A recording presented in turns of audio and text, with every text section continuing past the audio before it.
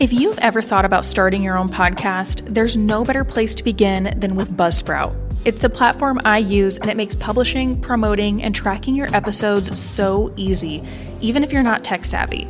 Plus, they help you get listed in all the major directories like Apple Podcasts, Spotify, and more. And here's the best part. When you sign up for a paid Buzzsprout plan using my affiliate link, you'll get $20 off and you'll be supporting the show at the same time.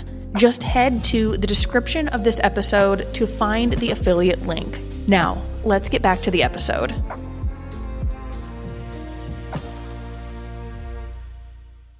In our episodes, we discuss cases and topics that might be distressing or disturbing to some listeners.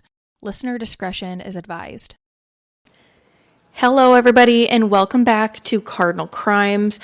I want to first thank you so much for joining me. I sincerely appreciate every single person who takes the time to listen to these episodes. I thoroughly enjoy researching these cases, especially the unsolved cases from Iowa, and it makes me feel so happy and grateful that people take the time to listen to it, and I really appreciate it. If you want to support the show in some way, the best way to do so is by subscribing to this podcast wherever you get your podcasts and by giving us a 5-star rating, particularly on Apple Podcasts and Spotify. That would be so helpful. But we're also on YouTube. We are on Instagram, Facebook, TikTok. So I just wanted to put that right up at the front of the show. I really appreciate everyone that's here. This episode is going to be our final in our series covering the so-called milk carton kids.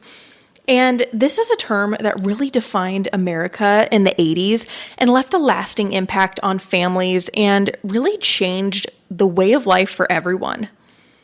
In our previous episodes, we explored the disappearances of Johnny Gosch, who vanished in the early morning hours of September 5th, 1982, while delivering newspapers in West Des Moines, Iowa, and Eugene Martin, who went missing under very similar circumstances just 2 years later on August 12th, 1984. Both boys were young paper boys, both vanished without a trace, and both cases left communities and authorities just baffled and reeling. Despite decades of investigation, rumors, and theories, both cases remain unsolved. Johnny Gosch and Eugene Martin both had their photos displayed on milk cartons across the nation in a campaign that took off in the mid-80s. Now, we've discussed the creation of this campaign and whether or not it was successful in actually finding children. Statistically, according to the National Center for Missing and Exploited Children, not many children were found as a result of the campaign, despite some success stories. By the late 1980s, just a few years after the campaign started, it began to fade out and was almost entirely phased out with the invention of the Amber Alert system in 1996. There were, though, a few individual companies that continued printing kids on milk cartons up until the late 90s. Despite its low success rate, the campaign itself accomplished something that changed the way Americans lived, and that was spreading awareness of just how many kids go missing, and that so many of them are close to home. I think it changed the way people approached parenting and how they let their kids maybe go out and play. People became more aware of the dangers of child abductions and perhaps learned more about the statistics of stranger abductions or abductions by people who know the child. As we know, especially if you listen to true crime, a child is much more likely to be abducted by someone that they know as opposed to a stranger abduction. And I think that's what makes all of these cases that we've talked about so far that much more astonishing and just full of mystery. The milk carton campaign also kickstarted the effort of mass distributing missing child posters. John Bischoff, the vice president of the National Center for Missing and Exploited Children's Missing Children Division, said, quote, "That campaign laid the foundation for what we are able to do today and made people start to think, how else can we get the public to pay attention and assist in the search for these missing kids?" The NCMEC's blog post on the milk carton campaign writes, "The essence of the campaign, putting a face to the name and rallying community support, remains at the heart of efforts to locate missing children. Milk cartons are now billboards, grocery bags turned into GSTV pumps, and even missing child posters are enhanced, featuring QR codes targeted to your area. Over the past 40 years, we've transformed with the times, yet we've stayed true to our mission, assisting in the recovery of more than 426,000 missing children. Today, though, we turn our attention to Marc Allen, a 13-year-old boy who disappeared on March 29, 1986, also from Des Moines. While Marc's face never appeared on a milk carton, his case is often brought up when discussing Johnny Gosch and Eugene Martin, and for good reason. The similarities in location, age, and timing have left many to wonder if there's a connection. Or were these simply tragic coincidences during a time when child abductions were becoming more and more visible to the American public? In this episode, we will discuss Marc's life, the circumstances of his disappearance, and why his story, though lesser known, deserves just as much attention. Let's begin.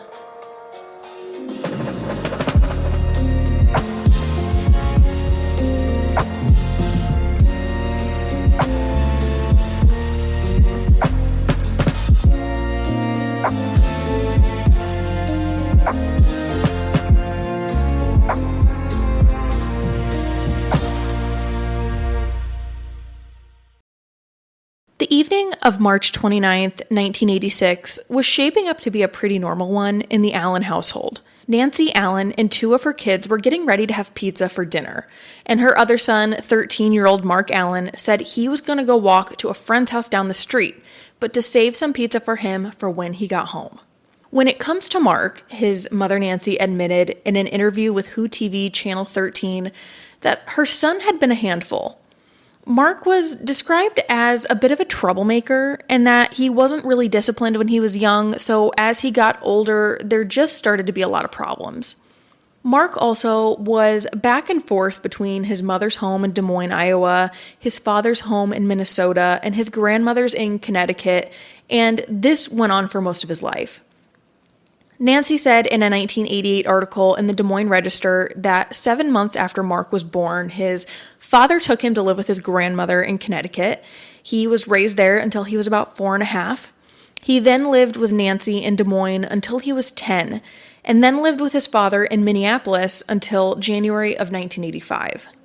Nancy said that for a while Marc had been living with his father, but had just come back to live with her again. And, I think for any kid this would be a tough situation, not having a lot of stability, constantly moving. And Nancy also said that Marc's younger brother and sister were very close, and she said Marc wanted to be close with them too. Now, I don't know the living situation of Marc's siblings, but I get the impression that maybe they weren't moving around as often as Marc was. Either way, on that March evening in 1986, Nancy watched her son walk down the sidewalk and past the bushes. She said he turned and waved to her, and she waved back. That was the last time she saw Marc. The next morning, which was Easter Sunday, Nancy realized Marc didn't come home the night before. Nancy at first thought Marc had gone to his grandmother's house to get an Easter basket, but she called the grandmother's house and a few of Marc's friends, and none had seen him. From what I can see, Marc never arrived at the friend's house he said he was going to. According to that Who TV Channel 13 interview, Nancy said she called the police, but in a response that we see so often in missing person cases, they told her they couldn't do anything for 48 hours. When police finally did get involved, which I am not sure how long it took, they checked in Minnesota, where Marc's father lived, and in Connecticut, where his paternal grandmother lived, but there was still no sign. And I want to bring up this missing 48 hours because if you recall in the episode on Johnny Gosch, Noreen Gosch had kind of lobbied to get this bill passed that mandated that police have to respond or get more involved if they believe that a child was abducted. I just wonder, how do they determine right off the bat if they believe a kid was abducted or not? Those are the things that get to me. Because if they're like, hey, we can't do anything for 48 hours, they're not even going to look to see if the circumstances look like it was an abduction or a runaway. So those things always get to me. But anyway, around the time of this Who TV interview, Nancy believed that police were reluctant to help her because of the amount of attention Johnny Gosch and Eugene Martin's cases had received. Now, I don't know for sure if Marc Allen was a paperboy. There are conflicting reports on if he was or was not, but to date, there is no definitive evidence connecting Mark's case to that of Johnny Gosch or Eugene Martin. But Nancy Allen was quoted in that interview saying, "I just feel like, at this time, they were just afraid of what would happen with the Eugene Martin and Gosch thing. I got the distinct feeling that they didn't want parents to be frightened to let their children sell newspapers or do different things." And I would imagine that perhaps the police departments were getting a lot of pressure from the public because those cases hadn't been solved. And so I definitely see where she is coming from on that. Now, a Des Moines Police Department sergeant at the time disagreed, saying, "I know detectives followed up on leads that did not pan out. They were not able to locate him. He's still listed as a missing person." Sergeant Eugene Hansen from the Des Moines Police Department in 1988 said 4 detectives had been assigned to the case since the spring of 1986, and that every few weeks someone would check in with the contacts to see if there was any new information. Detectives said they had searched for Allen from Alaska to Florida to Connecticut. One detective, Ken Moon, said at the time that through his review of the files, there were some things that he thought needed more attention and that he had scheduled more interviews, but that all he was left with was that Mark vanished. Nancy said in the 1988 Des Moines Register article that she found little satisfaction in her dealings with police. She said, quote, "Police had him listed as a chronic runaway." She does say in that same article she doesn't know if her son is a runaway or not, but that she waits every holiday for a phone call from him. She said, quote, "I don't even know if he's a runaway or not, but usually at holiday time, they at least call home. It's a nostalgic time of year, but he's never even done that." Over the years, there have been very few leads. In November of 1990, there was a brief moment of hope for at least some answers when skeletal remains were found in Polk County. Many speculated that the remains perhaps belonged to Marc Allen or Johnny Gosch or Eugene Martin. At the time the remains were discovered, police wouldn't comment on how long they believed they'd been there, but one officer did guess that it was less time than the time that had gone by since Gosch or Martin had gone missing. Either way, the dental records of both Johnny Gosch and Eugene Martin were sent to the medical examiner's office to be compared. I'm not sure if Marc Allen's records were available or were compared. Officers, though, did comment that the circumstances under which the remains were found, quote, "had all the earmarks of a homicide." But the hope of this being a path to answers for one of the 3 missing boys was short-lived. Just the following day, it was reported that the remains belonged to a female victim who had died from blows to the head and had been deceased for 3 or 4 months. I spent quite a lot of time trying to figure out who this woman was. In January of 1991, more details about the state that her remains were found in were revealed, and it was reported that her legs had been removed with a chainsaw after she died, and that she was found in a wooded area in a plastic tub or box, and that the remains were wrapped in a blanket and 2 types of wire. The skull was found nearby. A forensic sculpture was created to see what she might have looked like, and they believed, based on some of the features of her skull and teeth, that she might have had some, quote, Indian heritage, which they meant Native American. This sculpture did end up resulting in her being identified. In February of 1991, Polk County Sheriff's deputies said a caller to an anonymous tip line identified her as Michelle Saul, 26 years old, of Des Moines. Investigators then met with her parents, and her identity was ultimately confirmed via dental records. Eventually, a suspect was arrested, and in September of 1991, Robert Boudinot was found guilty of voluntary manslaughter. And honestly, this case deserves its own episode because there is a lot going on here. Michelle herself had a very troubled life, it seems. She was described as being a very violent person and had actually been convicted in the early 80s of manslaughter for stabbing a man to death at a party. So there's really just too much to get into there. Back to Marc Allen. Now, many bring up Marc's disappearance when talking about Eugene Martin and Johnny Gosch, but there are definitely, I think, more differences than there are similarities. The main similarities is that they were all around the same age, living in Des Moines, and almost 2 years had gone by in between each, and all three really just completely vanished. Obviously, the differences are that Eugene and Johnny were confirmed paperboys who vanished in the very early morning hours on Sunday when they were both delivering papers. Investigators also almost immediately treated the disappearances of Gosch and Martin as abductions, as opposed to Marc's case, where they seem to have designated his a runaway situation from the very beginning. Throughout my research into all three of these cases, I have tried to find anyone who could be considered a possible suspect. Now, in all three cases, there has never been anyone named, at least no one I could find in my research, but I came across the name Frank Sikora. An article in the Daily Nonpareil dated Saturday, October 20th, 1984, stated that a private investigator named Sam Soda said that for years, Sikora had coerced young carriers into his apartment and had fondled some of them. Soda had actually gotten a confession from Sikora on video and turned that video and other information over to police. Apparently, though, police had been investigating Sikora before this private investigator had turned over this information. Now, in reading about Frank Sikora, I was a little confused on the timeline of what happened when and when charges were filed and all of that. Some articles I read said charges were filed on the 18th and he turned himself in on the 19th, but one article from the 17th said no charges were going to be filed. Others said that around the time all of this came to light, there wasn't enough evidence to officially charge him, and that investigators needed to figure out who the victims were when it all happened, and that they weren't planning to use Soda's information in any sort of charge because of apparent questionable methods he used to get Sikora to confess.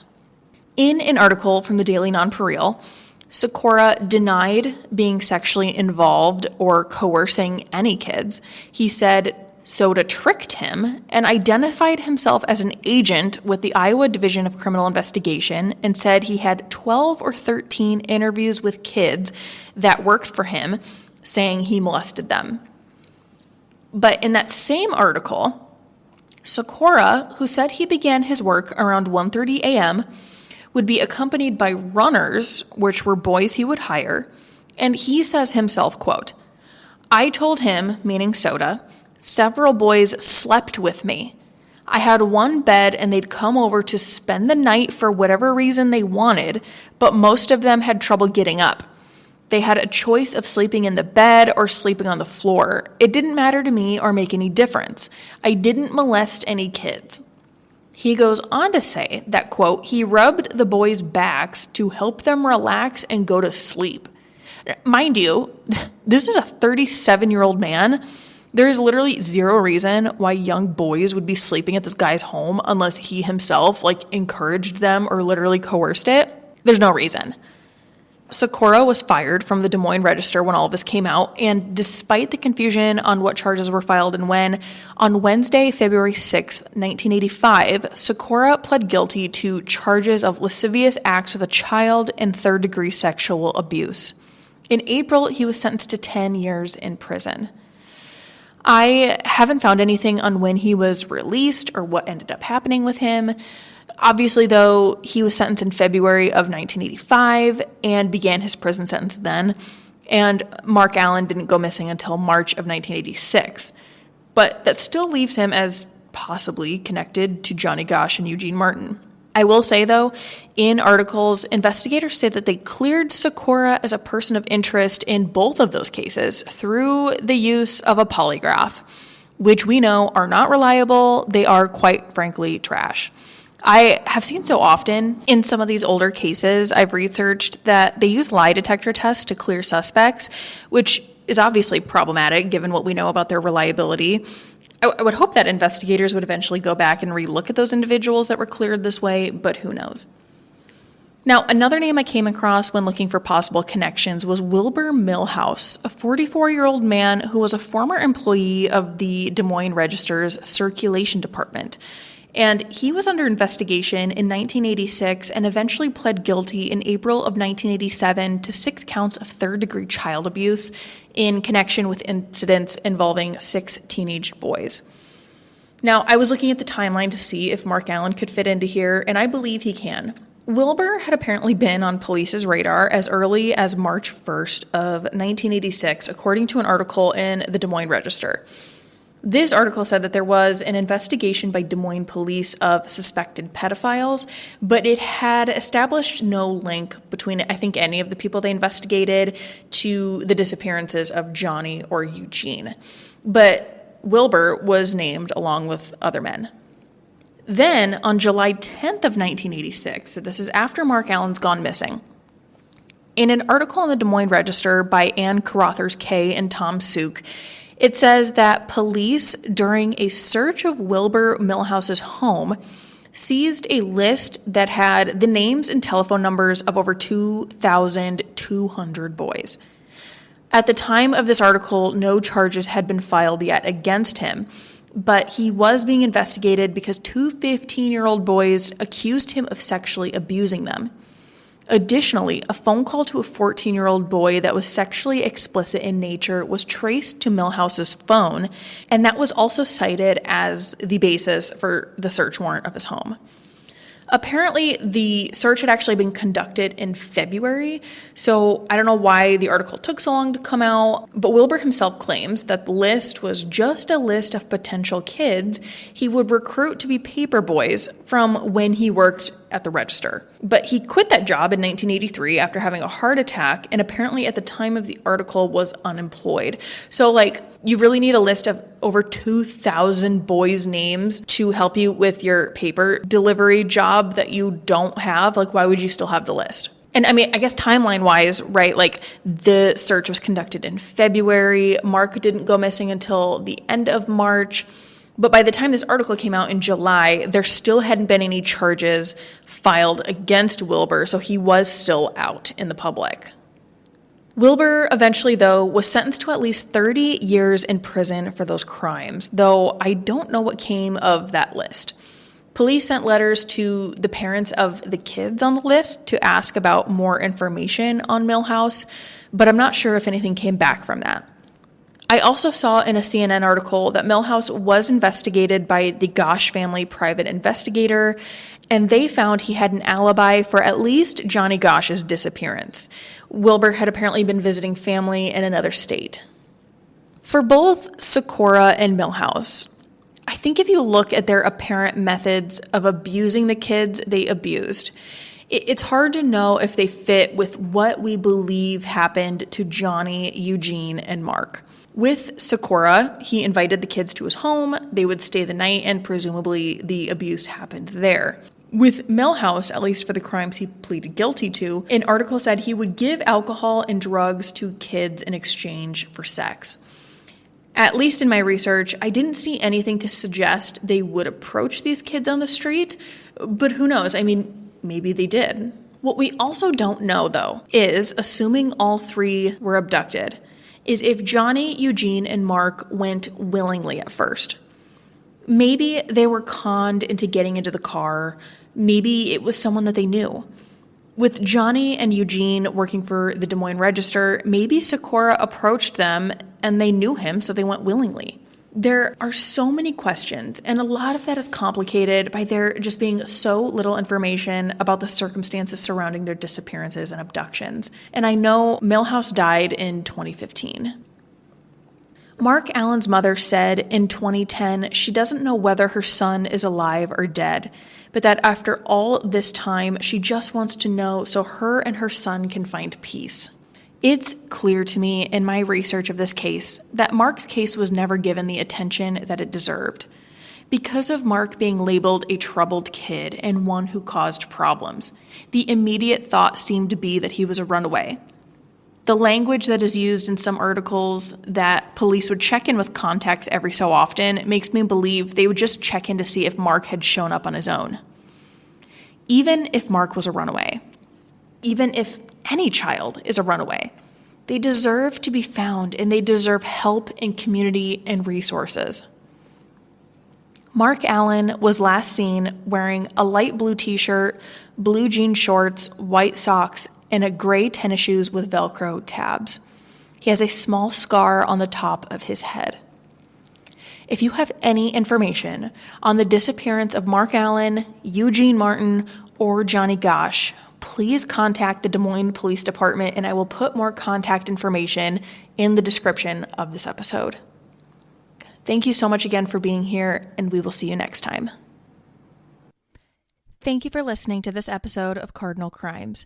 If you enjoyed it, please consider subscribing, giving us a 5-star review wherever you get your podcast, and sharing this episode with others.